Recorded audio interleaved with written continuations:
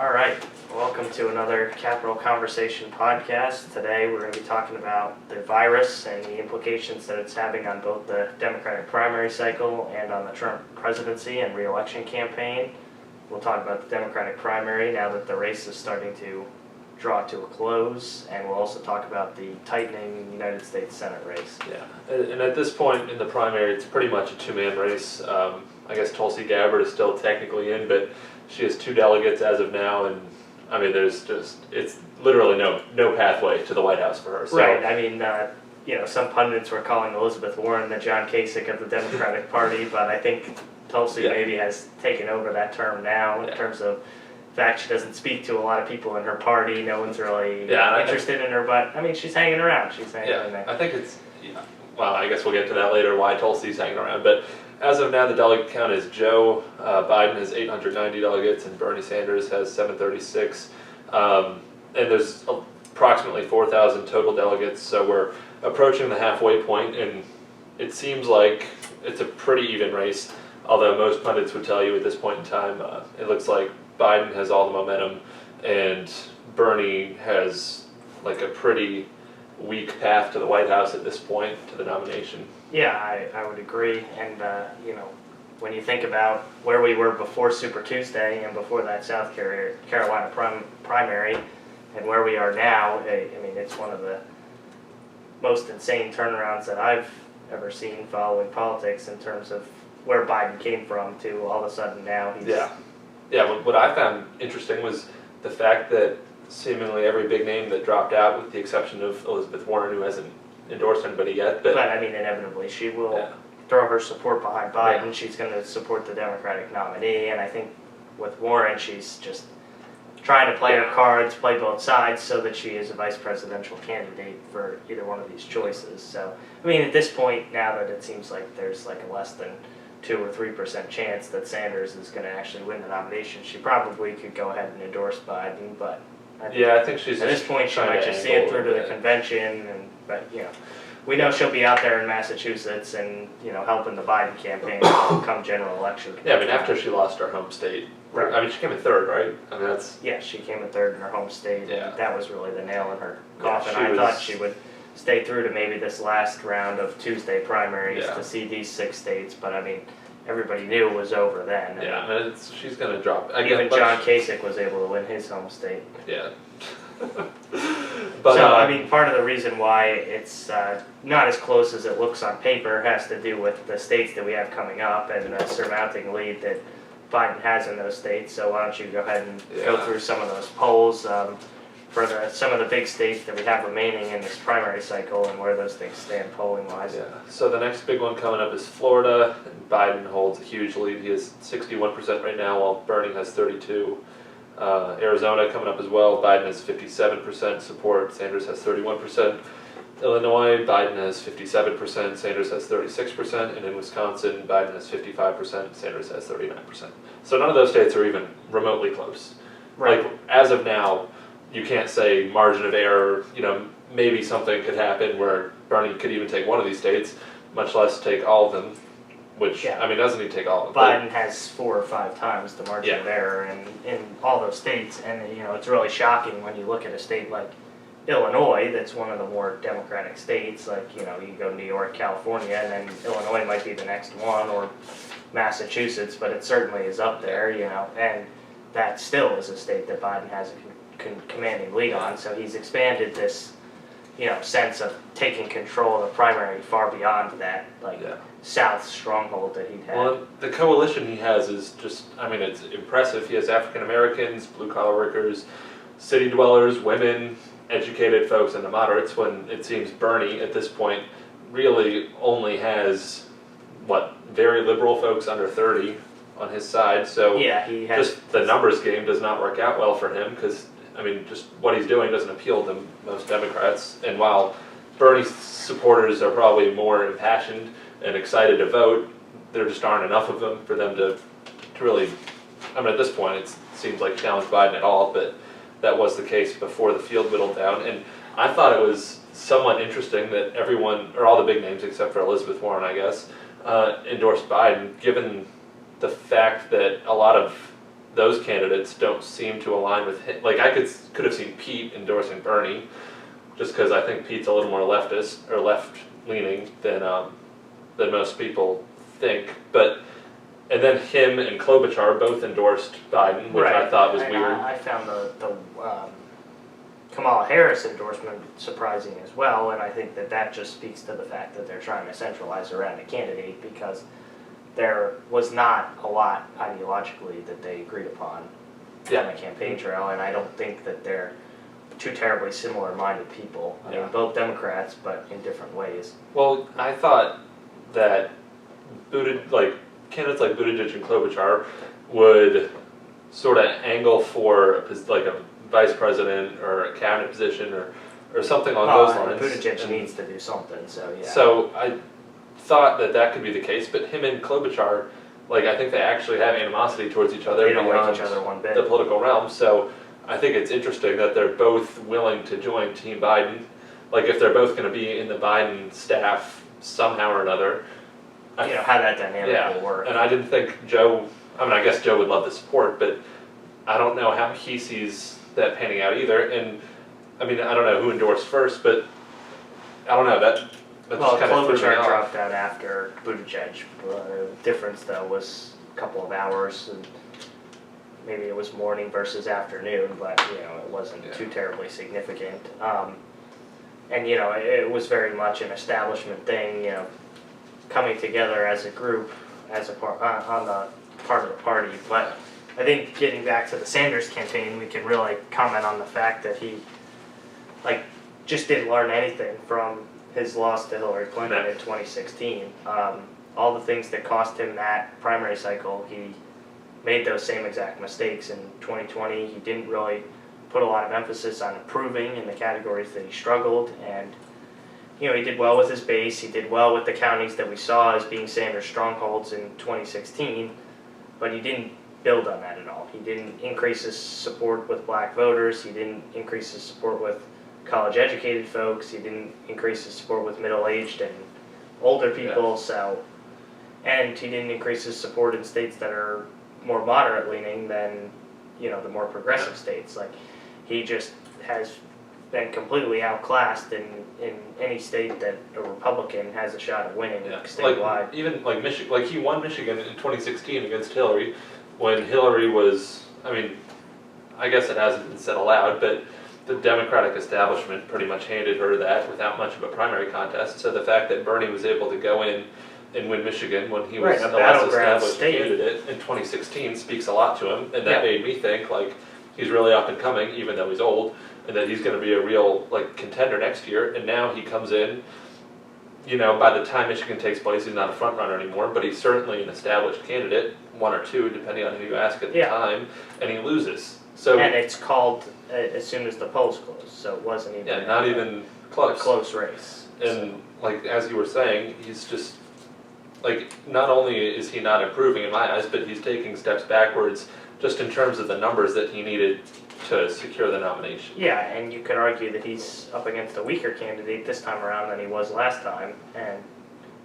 he's stepped backwards. All the Bernie people, when he was being criticized for losing half of his support in some of those early primary states, even though when he was winning in Iowa and New Hampshire, there were some detractors saying he won 60% here in 2016. This year he only won 30%. It was enough to win because there are 4 other candidates, but that's half of his support that he just lost. And they were criticizing the pundits for being anti-Bernie and all that, but it all showed out to be true, because once the supporters around, or the candidates around Biden dropped out, Sanders stayed in the 30s. He's in the 30s in every poll that you read, I think.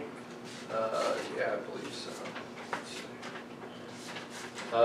32, 31, 36. Yep, 30s in every single one. Yeah, so he never, that's where he was. Whether it was 4 candidates, 2 candidates, whatever, he's just consistently been in the 30s, which is cut in half from what he was getting in 2016. So there just isn't room for him in the Democratic Party. Yeah. There isn't room for somebody who thinks like him right now. Well, the funny part about it is, though, is when they do exit polling on Medicare for All and stuff like that, they get 65, almost 70% that say that they would support a Medicare for All program. at the polling locations for Democratic primary events in states that Biden is winning by 20 points. So I think that, Sanders himself as a candidate is also just somebody that right now the Democratic Party does not have a lot of energy behind. And, we talk about his ideas, it maybe isn't just that, but...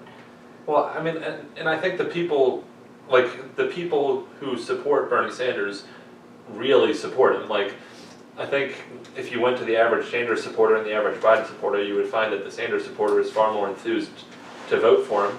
But at the end of the day, a vote is a vote, and Bernie's not, I mean, he couldn't 4 years ago, he can't now, he just can't break this, 30% threshold, and at the end of the day, it's a numbers game. You can't have 30% no matter how happy they are to vote for you and win. But it will be interesting to see, there is, we can talk down on Sanders and the lack of support that he's received all we want, but we have to respect the fact that, like you said, he does have a strong 30% coalition that are people that and that gives him big leverage in this too. Support him, and I've been reading a lot of news articles in these last couple of days about the Bernie bros and those people that have said, like, they're not committed necessarily to coming out for Biden in the general election, and they're really upset that Bernie's not going to be the nominee. They thought this was his year. And so the Democratic Party really has to think hard and consider how they can get those people to come out, because it's going to be important in the general election.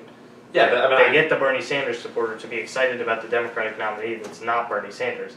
And in large part, the Democratic Party failed to do that in 2016, and although it was really the African-American vote that didn't turn out, that cost them against Trump, it certainly wouldn't have hurt them to have the Bernie voters come out and vote for Hillary, and a lot of them did. And if they don't do that in 2020, they will not win. Yeah, no, they can't lose, I mean, even if half of them don't vote, they can't lose 15% of energetic, young Democratic voters.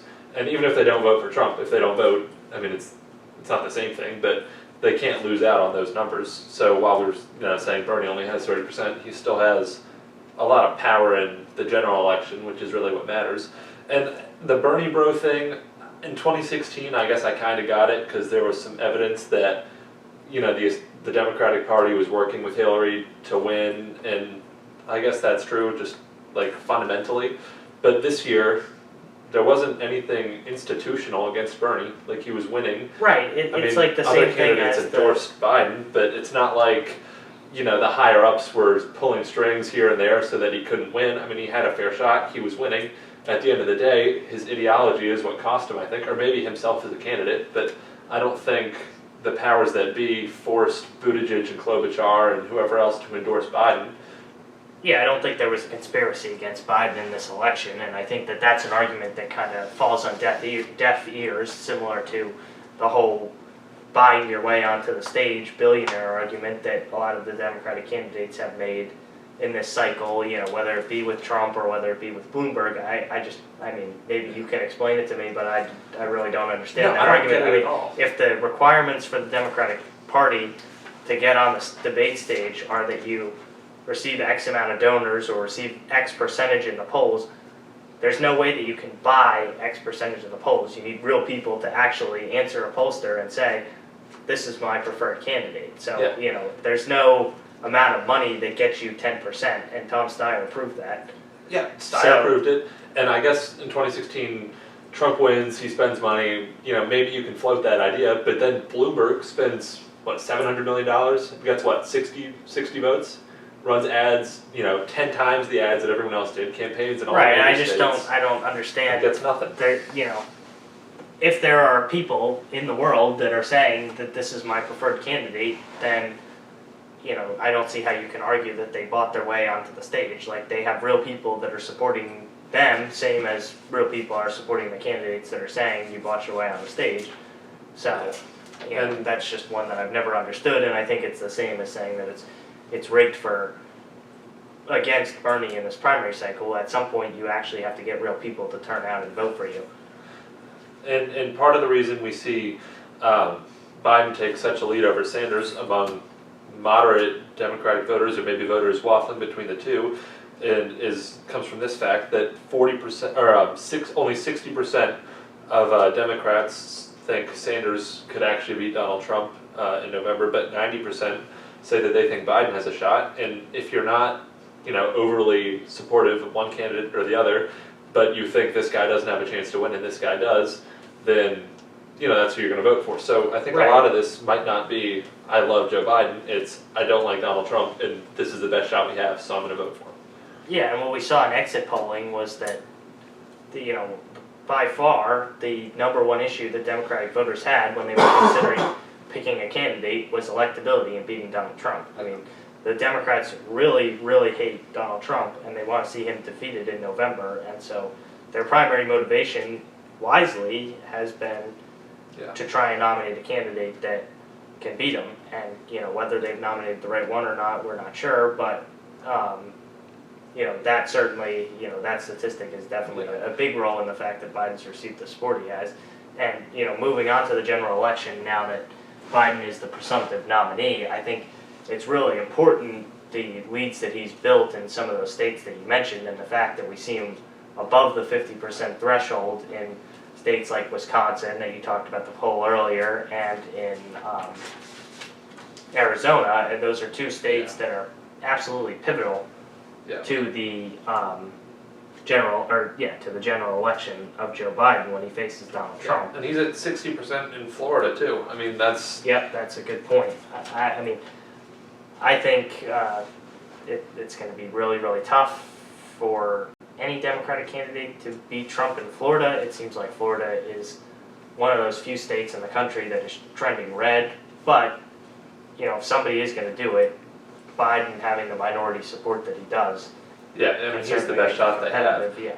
I was surprised when I read this number. I mean, it was yesterday, and that 90% of all Democrats think Biden could actually beat Donald Trump. I mean, that seems way too high to me, and I'm thinking about it now. Part of that might be because of the coronavirus and the economy and how Trump has handled the whole situation. Yeah, there's also party confidence, though. Yeah, but 90%? I mean, that's an absurd. I mean, I don't know the numbers from 2 months ago, but I would imagine that it would be nowhere near. I mean, sure, Biden 2 months ago wasn't where he is now. Like with the delegate that's lead true. and the I'm support, sure that but with the momentum he has, that number has skyrocketed. But I also think that going into the general election, it's going to be important to see how the economy bounces back, and you and I both think it will, but if it keeps tanking into November, I mean, Trump's hung his hat on the economy for the past 4 years, and that's why I think he would get a lot of votes from people who, like, I don't like the guy, but my retirement account's doing well, and at the end of the day, I got to put food on the table when I grow old, so I'm going to vote for him. And if you don't have that, then maybe this becomes more of a race. Well, his, I don't know how to phrase it, but the baggage that comes along with Trump, the personality and all that becomes a lot more important when you don't have a booming economy. Yeah. Like, you take a lot deeper dive into the social issues and the things that are less important than money and, nuancy stuff once the economy is not booming. And, I think it's going to be a tough race. I think it's going to be a close election. And I think, prior to this coronavirus really becoming the epidemic that it has become, us and a lot of other people that follow politics felt like it was a virtual certainty that Trump would win re-election. Absolutely. And now that Biden is the presumptive nominee, someone that is moderate and can get votes from the entire Democratic coalition, if he can get that Sanders group to come around for him, and we're facing an economy that's somewhat in peril, and we can also think about the fact that the Trump administration hasn't done the greatest job in handling this. Improved vastly in the last 48 hours with the last couple of statements and the national emergency declaration and some of the policies that they're putting in place for drive-through testing and all that.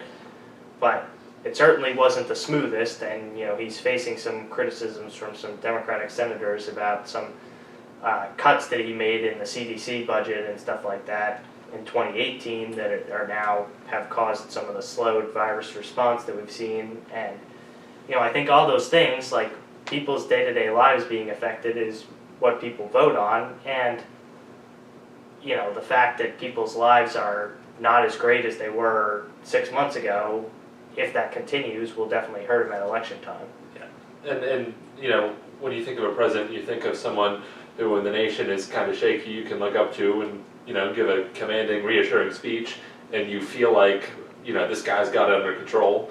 And maybe now that's the case. I think Trump's response has been appropriate, but I saw something that said a White House official said that Tuesday evening was when Trump actually started taking the virus seriously, and then shortly after we saw the spending bill go through Congress that Trump helped negotiate, and I think that was a good move.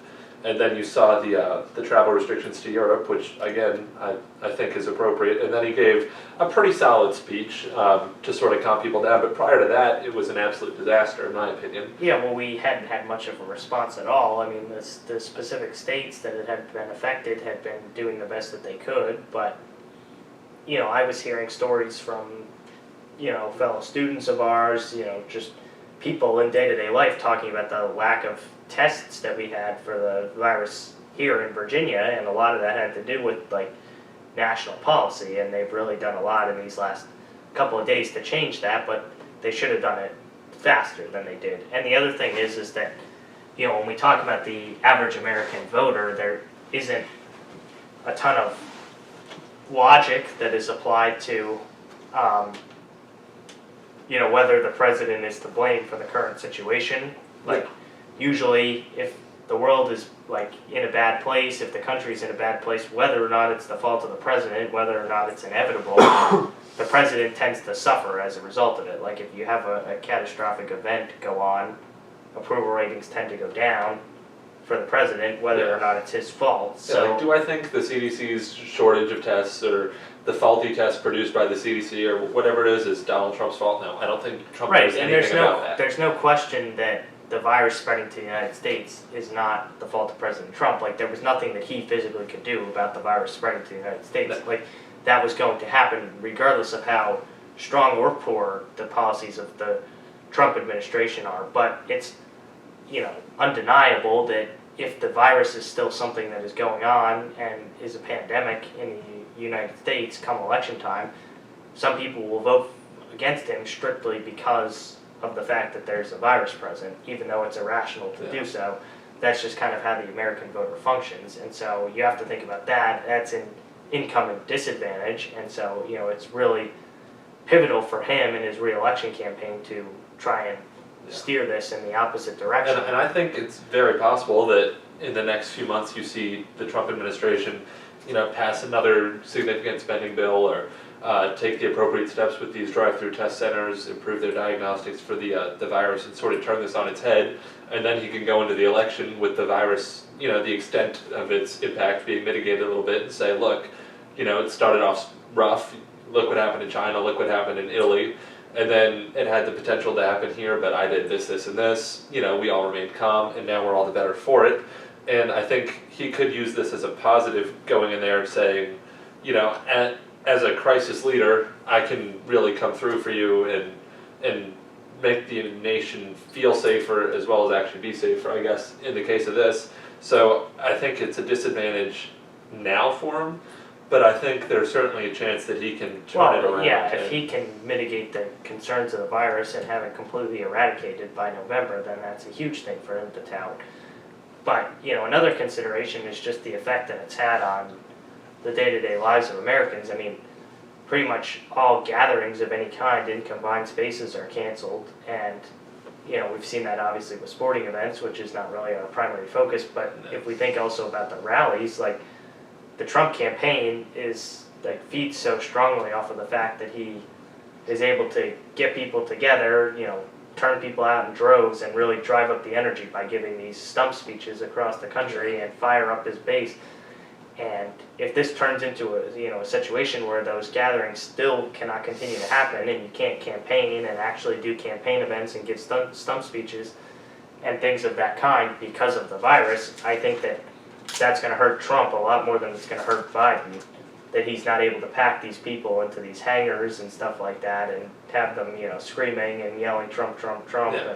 I mean, the Biden voter just isn't somebody who's going to get out there with a blue hat and a sign and stand in line. It's best for Biden if he doesn't have to talk, right? Yeah, no, this is, what I'm going to say is going to be unfair, but it seems like every time he talks, he says something stupid, just flat out stupid, or irrational, or something that makes him seem hot-headed. I mean, on the day of the Michigan primary, he's campaigning in Detroit, and he tells a factory worker that he's full of expletive. I mean, you just can't do that. Malarkey. Being a president full of malarkey. Yeah. You can't do that as a presidential. I mean, unless you're Donald Trump, you can't do that.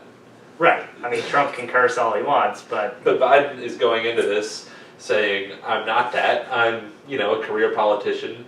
I'm, tactful the in what I safe, say." steady choice is what he needs to be. And this is a blessing for him, I would say, in the sense that it prevents him basically from blowing up to Sanders too, because it's hard for him really to lose the lead that he has when nothing can really happen. You know what I mean? Something pretty drastic would have to happen. And everyone joked, when the Democratic primary thing started and we were a year away from the first votes being cast, that Biden should just be locked in his room with an endless supply of ice cream until the general election, and he might have a shot at winning. Probably because there's enough people that are dissenters to Trump in the country and that like Biden, but the more he talks, the deeper holes he creates for himself. And so, obviously he's going to need to campaign to beat Trump in 2020. Like, there is work that needs to be done, but I think as far as campaign strength goes, he definitely loses points to Trump in that regard, and the less campaigning that has to be done, especially on the ground, the better for Biden. Yeah. And as we're saying, the general election, or you and I were talking about earlier, the general election is seeming to have more importance as a whole politically when you look at how the Senate race is shaking out. Yeah. There's no chance that the Democrats are going to hold the House pretty easily, but Republicans were starting to salivate when they thought that Sanders was going to be the nominee, and they were thinking that, we can control all three bodies. But now that Biden is looking like he's almost certainly going to be the nominee, it's actually starting to become a concern for Republicans whether they're going to hold the Senate. They have a 53-47 majority right now, which is pretty hefty for today's standards, especially when you think about the fact that they have Mike Pence to cast tie-breaking votes if it's a 50-50 vote, so they can lose 3 Republicans and still pass legislation through the House, or through the Senate, excuse me. But with Biden becoming if Biden were to become the nominee, that's going to turn out a lot more Democrats. It's going to turn out a lot more moderates, and there's going to be just a lot more energy, generally speaking, around the Democratic ticket. And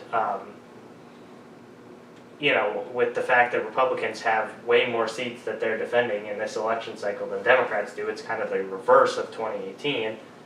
They need to be on their toes in this election cycle if they want to hold the Senate, because if Biden were to win the presidency, a 50-50 Senate split, which is only 3 flips for the Democrats, would give them the majority, with whoever Joe Biden picks as his vice president being the tiebreaker. And there's a few, maybe 5 Senate races that are really going to decide this overall. Right. We don't have polls on North Carolina or Colorado. Nothing's really came out recently about either one of those, not since the last time we podcasted, and we talked about the Tillis poll that had him down by, it was like 5 or 6 points, I think. So, he's in trouble in North Carolina. That's a Republican state. I think that poll is probably a little bit slanted against Tillis, especially because there isn't a lot that has gone on the Republican side lately, but the Democrats are in a primary, so they're a lot more energized and a lot more likely to respond to polls like that.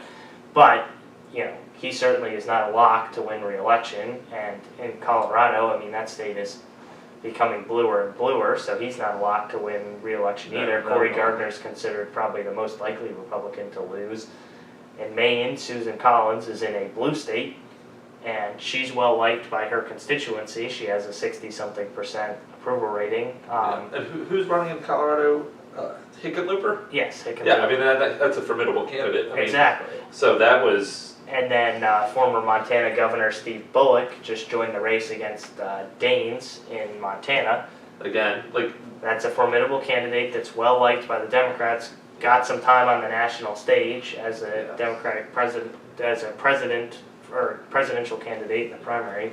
And traditionally, unless governors do something pretty bad, they fare well in Senate campaigns just because they know how to run a statewide race. It's not I don't know what's the word, like a novice challenge. Like they know how to run a statewide campaign. And they have the name a statewide recognition. base. Like if you've won a statewide campaign before, you've already done what you need to do to win a Senate race. Like the incumbent advantages are a little less pronounced in those races. Right, it's like we saw in Florida with the opposite side, Rick Scott going from governor of Florida to challenging Senator Nelson, who was a longtime, incumbent senator for the Democratic Party representing Florida, and won that race pretty easily. I mean, in Florida, 2-3% win. Yeah. Massive. So. And one of the funnier Senate races right now is the one in Alabama, in which there's the incumbent is a Democrat, Doug Jones. Right. And it's looking. It was just kind of an absolute anomaly election for Alabama with, child predator Roy Moore being the nominee. And it seemed like something that would be a lock for the Republicans to right that just mistake that they made nominating a candidate in 2016, and he still almost won, which is, he lost by what, 1 or 2 points? In that special election, it was 2017, excuse me. But yeah, Roy Moore still almost won in Alabama, which tells you how hard it is to elect a Democrat there. But they're trying to lose it. Yeah, the Republicans, they haven't learned from their mistakes in the Roy Moore election, and they have completely failed to centralize around a candidate. Jeff Sessions failed to secure a majority in the Alabama primary that was going on in conjunction with Super Tuesday, and is forced into a run out with Tommy Tuberville, and then a week after that happened, Trump endorsed Tommy Tuberville. So, and Tommy Tuberville is he was the head coach at Auburn a couple of years ago. Yeah, with the political, and Texas Tech, he coached at Texas Tech as well, and with the political power that President Trump has, especially with the Republican Party and with Alabamians. Yeah. I think that Tuberville now looks like he's got a decent shot at becoming the nominee, which means that. And I could see that being a real race. I could see a lot of sane, normal conservatives saying, "I'm not voting for a football coach as opposed to a moderate Democrat senator." They've really dropped the ball there. So that would be a colossal loss if the Republicans gave up Alabama for a second straight election cycle. And I've already mentioned 4 states that it seems like they have at least tough paths to holding their seat in 4 incumbencies, and that's even before mentioning Arizona, which we do have a poll on, so go ahead with that, James. Yeah, Kelly is currently coming in with 48%, and McSally's at 36%. Yeah, so Martha McSally was nominated by the governor to take over John McCain's seat after he passed away, and she had lost to Kirsten Sinema in the race for, Jeff Flake's seat after he retired, and that was supposed to be a close race. Arizona's supposed to be a battleground state, although it is trending blue. I think Arizona is one of the states where the Latin American population is really. And is that the right word? Yeah, and you have a female population as well that is pretty strong in Alabama, and Trump just does so poorly with both of those groups that it's hurting the Republican Party as a whole in Arizona. And I don't know what it is about McSally. Everything on paper would suggest that she's a strong candidate that would have a shot in a state like that. I mean, she's a female, she's well-spoken, and she's a military veteran. And she's known. I mean, it's not like she's out of nowhere. Right, but I mean, she lost so badly to someone that had a lot. I mean, I think that Republicans can't be too terribly disappointed with Sinema's record in the Senate since she's been elected, but they had a lot to attack her for in her past as a congresswoman during that election campaign, and despite all the negativity that she was receiving and didn't really have anything to attack McSally for, she won quite easily there. So, that already suggested that,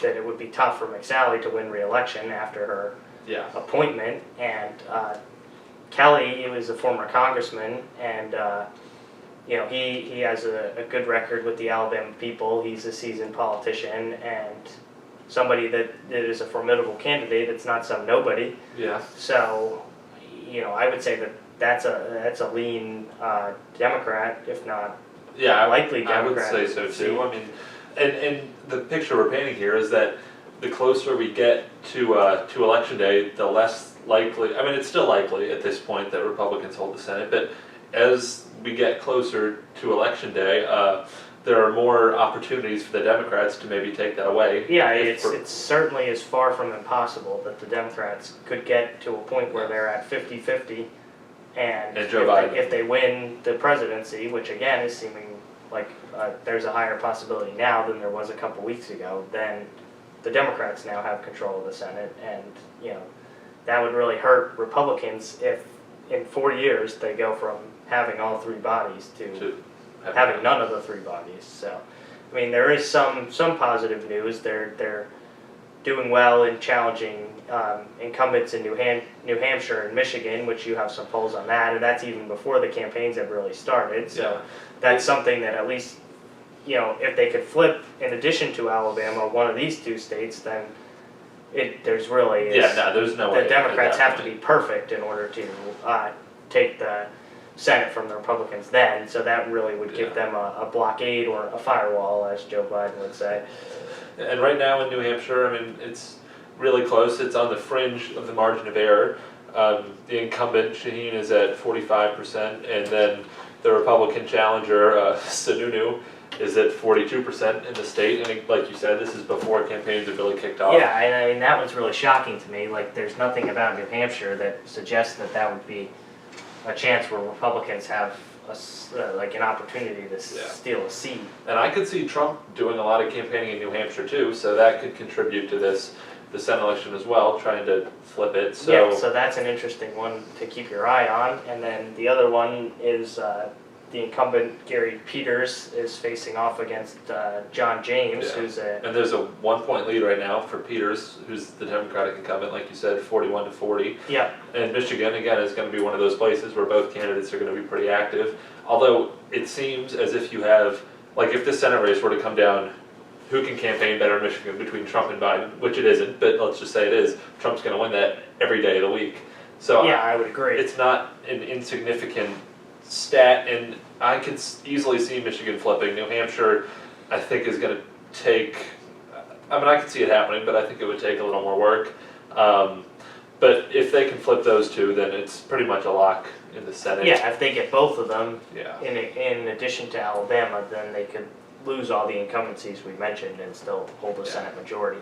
But, John James is somebody that, Republicans see as an up-and-coming face in their party, and I think that they would really like to see him get elected. He's an African-American, well-spoken Republican who's a businessman, entrepreneur, and, very well off, but doesn't really seem like somebody that's, it'd be great for the party like that.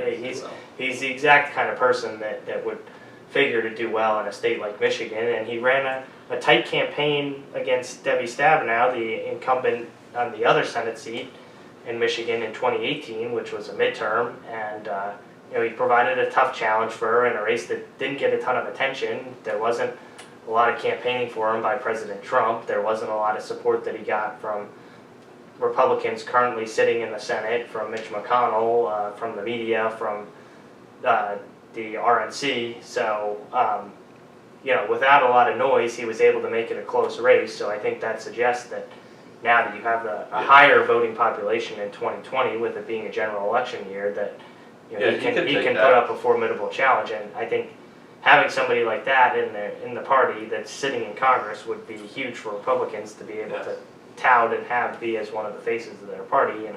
Somebody that they could build up to being a presidential candidate one day. Oh, yeah, 100%. And then a last little tidbit before we sign off today, Andrew Gillum, who, I mean, I guess he doesn't really have a political career as far as... He was the former mayor of Tallahassee. Oh, well, he recently lost the gubernatorial race in Florida. Or Miami, was it? I don't know, he was a mayor, but he lost a close race in Florida. So he's well known throughout the state. Yeah, he lost the governor race to Andrew DeSantis, who the Florida people love. And he looked like, he was one of those guys who had a political future in the Democratic Party. He's working for CNN as a correspondent, commentator. Yeah. He did election night coverage on Super Tuesday. I mean, he still is very much around, and he's a voice, certainly, that they would want to see hold an office, a major office, somewhere in the future. But he was found in a hotel room, passed out drunk with, I think it was meth on the floor, with a gay escort.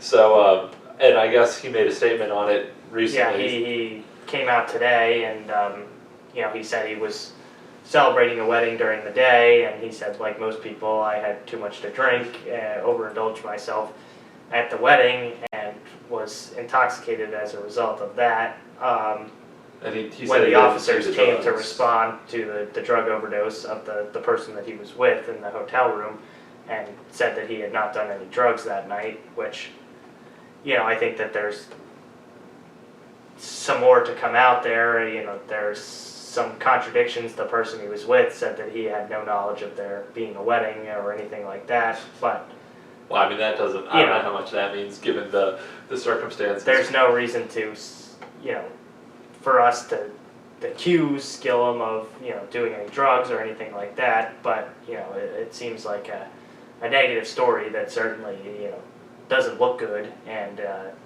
image-wise is going to hurt him, and, maybe will hurt his regard in terms of the Democrats. And it comes back to what you want in a politician. You want someone who's, always steady and smooth. You don't want any corruption.